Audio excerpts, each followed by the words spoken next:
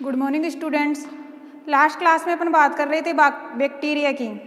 तो bacteria first unit में complete हो गया। उसके बाद सेकंड यूनिट में है आपके वायरस।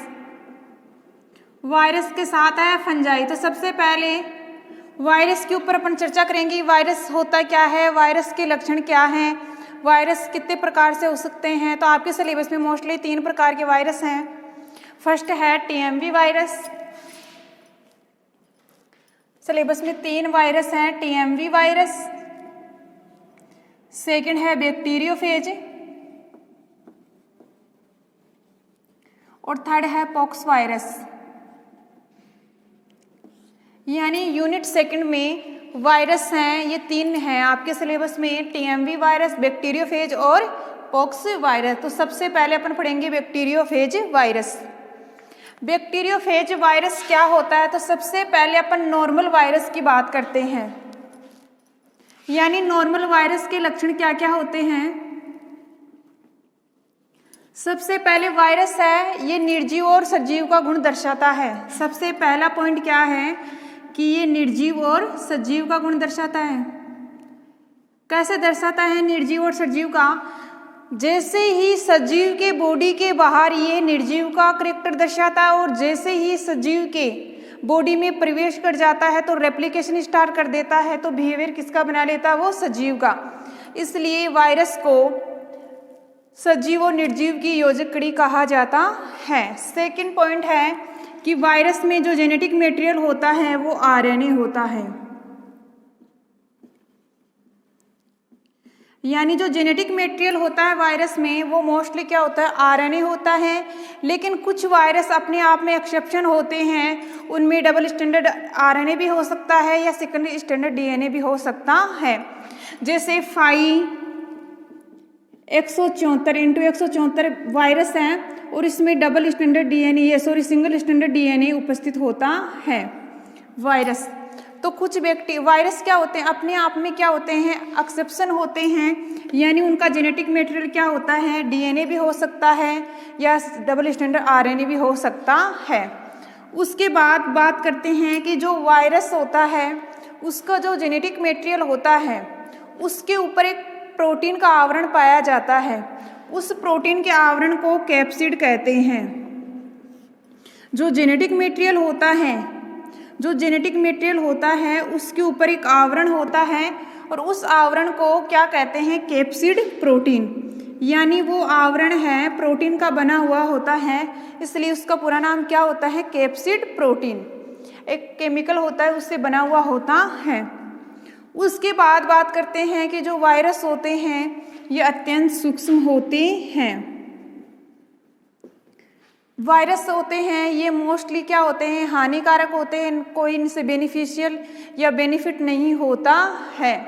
तो ये लक्षण हैं सभी वायरसों के लिए हैं कि वायरस सबसे पहले तो अपन कह सकते हैं जैविक और अजैविक, सजीव और निर्जीव की योजक कड़ी है।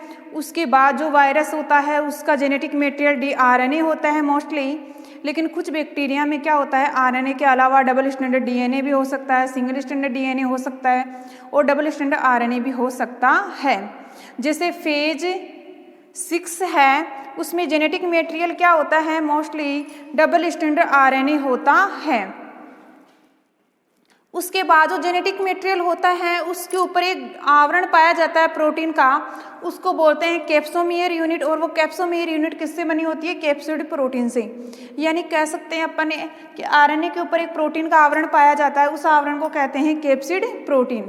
उसके बाद ये अत्यंत सूक्ष्म जीव है, यानी इसके कोई बेनिफिट या लाभदायक नहीं है। ये वायरस मुख्यतः क्या होते हैं? घातक होते हैं। तो सबसे पहले अपन यानी आपके सिलेबस में 3 वायरस हैं, बैक्टीरियोफेज, टीएमवी वायरस और पॉक्स वायरस। तो सबसे पहले पढ़ेंगे बैक्टीरियोफेज।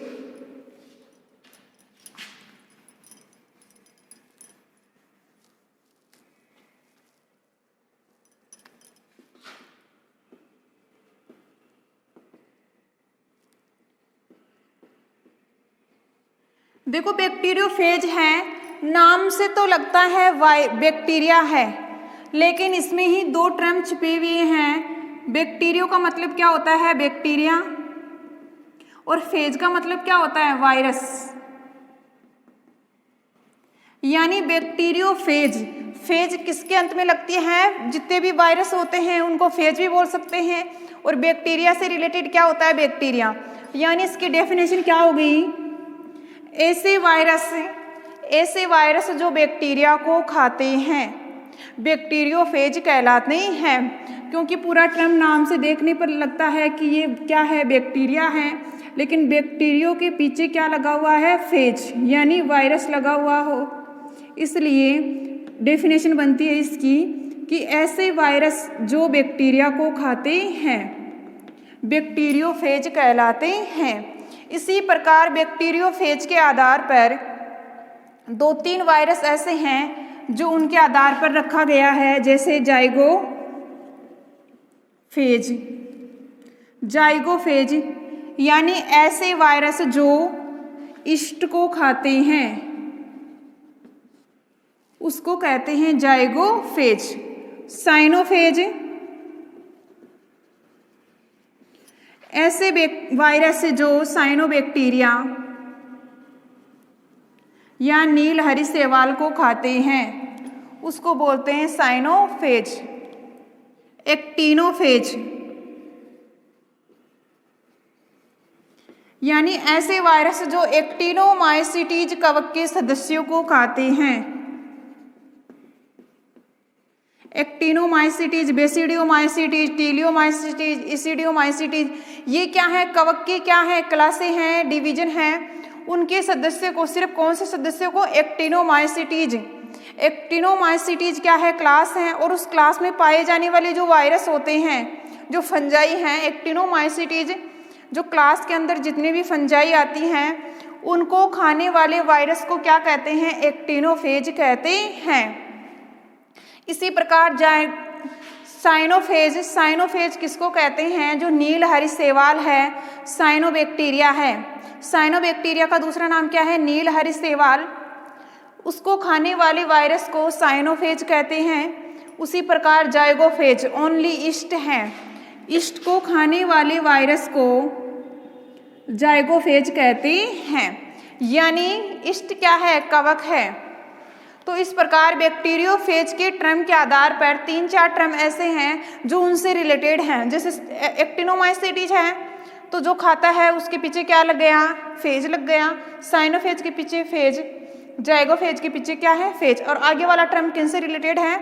जिसको ये खाता है। इसी प्रकार बैक्टीरियोफेज का क्या हुआ कि ऐसे वायरस जो बैक्टीरिया को खाते हैं बैक्टीरियोफेज कहलाते हैं।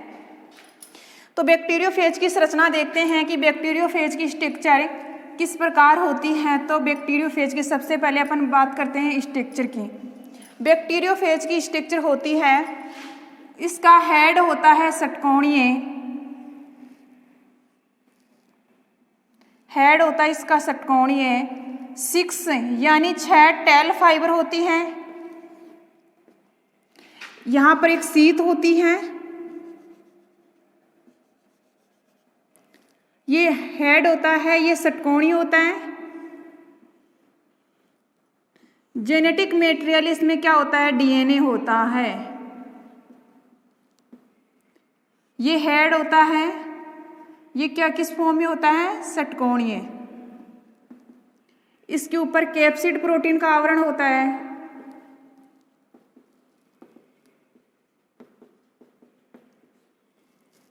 सिक्स टेल फाइबर होती है इसमें।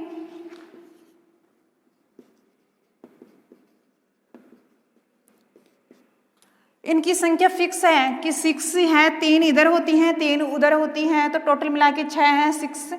और ये क्या होती है? नेक। ये होता है शीत, यानी इसके ऊपर आवरण होता है। तो बैक्टीरियोफेज की संरचना में सबसे पहले तो इसका हेड क्या होता है? षटकोणीय होता है। और इस षटकोणीय हेड में कैप्सिड नामक प्रोटीन पाई जाती है।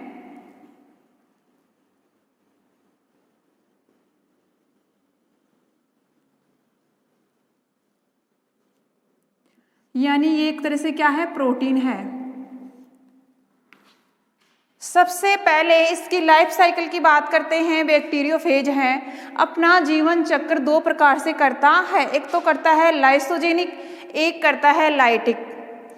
सबसे पहले करता है लाइटिक, उसके बाद करता है लाइसोजेनिक। लाइटिक होती है ये अपने आप में घातक होती है, लाइसोजेनिक है ये अघातक होती है। तो सबसे पहले बैक्टीरियोफेज बैक्टीरिया के ऊपर अटैक करता है, आक्रमण करता है, और आक्रमण टेल फाइबर की सहायता से करता है। यानी कोई भी बैक्टीरियल सेल्स है सबसे पहले उसके ऊपर अटैच होगा, यानी उससे जुड़ेगा या अटैच होगा। अटैच होने के बाद टेल फाइबर की सहायता से उसको धीरे धीरे चूसेगा, चूस करके उसके शरीर में यानी बैक्टीरिया की सेल वॉल को भेदता हुआ अंदर पहुंचेगा। अंदर पहुंचने के बाद जेनेटिक मटेरियल क्या होता है, बैक्टीरिया के जेनेटिक मटेरियल के साथ क्या हो जाता है, अटैच हो जाता है, और उसका जेनेटिक मटेरियल, बैक्टीरिया का जेनेटिक मटेरियल और इस वायरस का जेनेटिक मटेरियल क्या हो जाता है, दोनों का मिक्स हो जाता है। तो उस बैक्टीरियल सेल्स के अंदर बैक्टीरिया का जेनेटिक मटेरियल अपना करैक्टर शो ना करके इस वायरस का जो जनरल करैक्टर है उसका शो करता है। यानी जो बैक्टीरियोफेज है ये अपना लक्षण दिखाता है बैक्टीरियल सेल्स के अंदर। तो वहाँ पर बैक्टीरियल सेल्स के अंदर ये जेनेटिक मटेरियल क्या करता है, रेप्लिकेशन करता है, और रेप्लिकेशन करने के बाद अपनी संख्या बढ़ाता है बैक्टीरियल सेल्स के अंदर। अब बैक्टीरियल सेल्स के अंदर इनकी संख्या बढ़ जाती है, किसकी, बैक्टीरियोफेज की। तो बैक्टीरियोफेज की बैक्टीरिया के अंदर संख्या बढ़ जाती है तो बैक्टीरिया की सेल वॉल क्या होती है, फटने लगती है। एक टाइम में बैक्टीरिया की सेल वॉल क्या होती है, फट जाती है, जिससे फटने से बैक्टीरियोफेज जितने भी पार्टिकल्स अंदर बने हैं वो धीरे धीरे क्या हो जाते हैं, मुक्त हो जाते हैं। अगर वहाँ पर लाइटिक जीवन चक्र चल रहा है तो ये दोबारा से क्या हो जाएंगे, जीवन चक्र स्टार्ट कर लेंगे। यानी जो बैक्टीरियोफेज बैक्टीरियल सेल से बाहर निकले हैं ये दोबारा से बैक्टीरिया को संक्रमित कर देंगे। अगर वहाँ पर लाइसोजेनिक है तो लाइसोजेनिक में ये कम विकसित होते हैं, यानी परिपक्व कैप्सिड प्रोटीन का आवरण नहीं बन पाता है, जिससे ये अपना जीवन चक्र दोबारा से प्रारंभ नहीं कर सकते हैं। तो सबसे पहले इस बैक्टीरियोफेज की अपन जीवन चक्र की बात करेंगे कि बैक्टीरियोफेज है इसका जीवन चक्र कितनी स्टेप में कंप्लीट होता है। बैक्टीरियोफेज का जीवन चक्र 2 स्टेप में कंप्लीट होता है।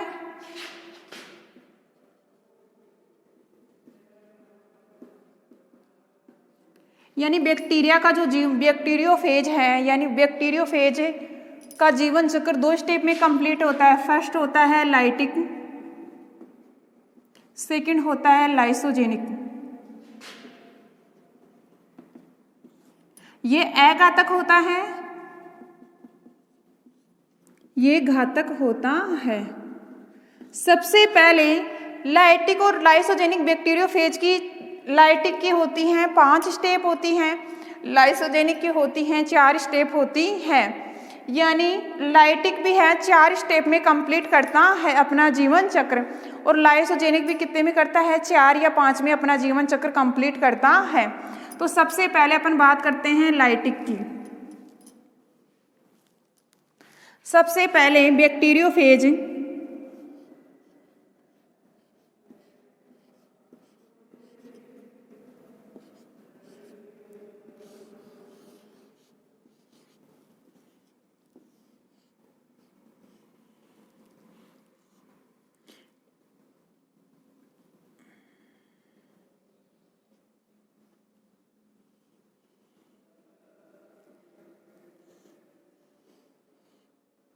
सबसे पहले ये क्या है, बैक्टीरियोफेज।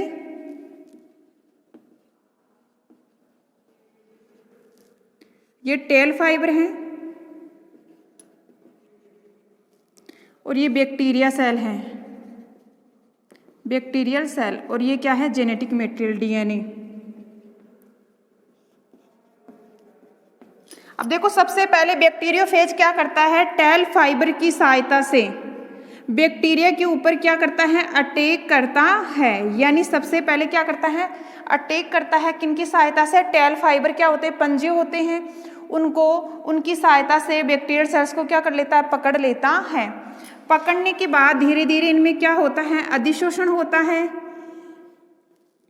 यानी ये बैक्टीरियोफेज क्या करता है, अपना जेनेटिक मटेरियल इस बैक्टीरिया के अंदर प्रवेश, यहाँ पे देखो ये जेनेटिक मटेरियल है, धीरे धीरे कहाँ पे आ गया, बैक्टीरियल सेल्स के अंदर आ गया बहता हुआ। अब यहाँ पर ये जेनेटिक मटेरियल क्या होता है, बैक्टीरियल सेल्स के जेनेटिक मटेरियल के साथ क्या करता है, जुड़ने प्रारंभ कर देता है। तो यहाँ पर क्या होता है, देखो इसमें जो बैक्टीरियल सेल्स है उसका जेनेटिक मटेरियल यानी डीएनए, बैक्टीरिया का डीएनए, ये तो बैक्टीरिया का डीएनए इधर वाला हाफ तो, और ये हाफ है बैक्टीरियोफेज का डीएनए, और यह है बैक्टीरिया का डीएनए। अब यहाँ पर इसमें जेनेटिक मटेरियल में क्या होगा, रेप्लिकेशन होगा। रेप्लिकेशन होने के बाद इस बैक्टीरियल सेल्स के अंदर दोनों का जेनेटिक मटेरियल है, तो यहाँ पर जेनेटिक मटेरियल बैक्टीरिया का शो नहीं होगा बैक्टीरियल सेल्स के अंदर, यहाँ पर जेनेटिक मटेरियल बैक्टीरियोफेज का शो होता है। तो यहाँ पर रेप्लिकेशन होगा तो धीरे धीरे बैक्टीरियोफेज बनना प्रारंभ हो जाते हैं। अब यहाँ पर बैक्टीरियल सेल्स के अंदर बैक्टीरियोफेज बनेंगे, धीरे धीरे बैक्टीरियोफेज क्या करेंगे, अपनी संख्या में क्या करेंगे, परिपक्वता बढ़ाएंगे अपनी संख्या में। जैसे इनके चारों तरफ हेड का निर्माण हो गया, जेनेटिक मटेरियल का निर्माण हो गया। अब यहाँ पर बैक्टीरियल सेल्स में क्या होता है, इसके ऊपर इनकी संख्या क्या होती है, अंदर की तरफ क्या होती है, बढ़ने लगती है।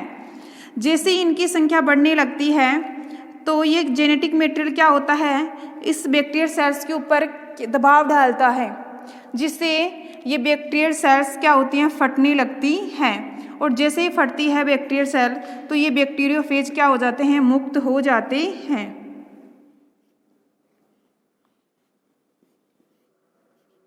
यानी इस प्रकार के बैक्टीरियोफेज क्या हो जाते हैं, मुक्त हो जाते हैं।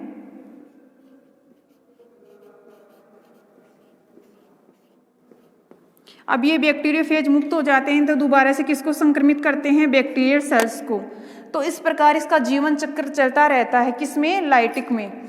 जबकि लाइसोजेनिक में प्रोसेस सेम होती है दोनों में, लेकिन यहाँ तक कि इसमें जो जेनेटिक मटेरियल होता है वो धीरे धीरे कम बनना प्रारंभ होता है, लेकिन जैसे ये संक्रमित होते हैं तो ये अपना सीमित वहीं तक छोड़ देते हैं, क्योंकि इनके अंदर जेनेटिक मटेरियल है वो सही ढंग से नहीं बन पाता है, किसमें, लाइसोजेनिक में।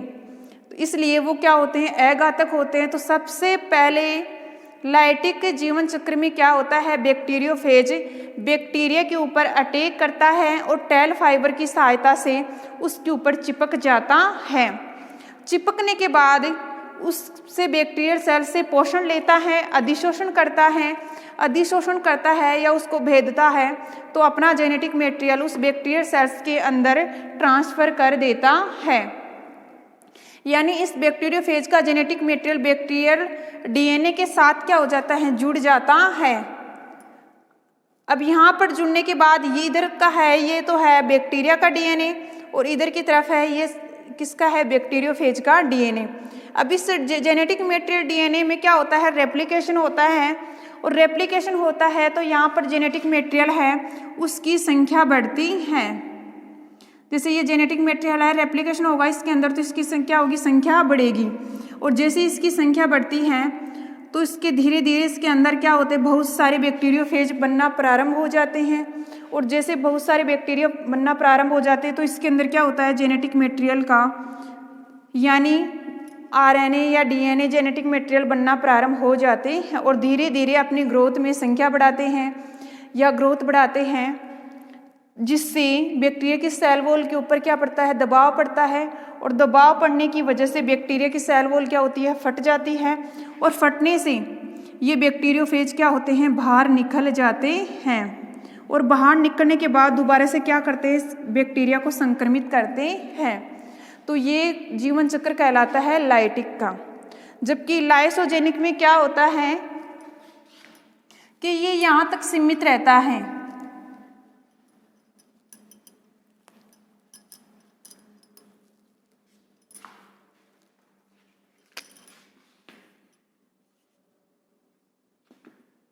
जैसे अब यहाँ पर सेकंड है लाइसोजेनिक।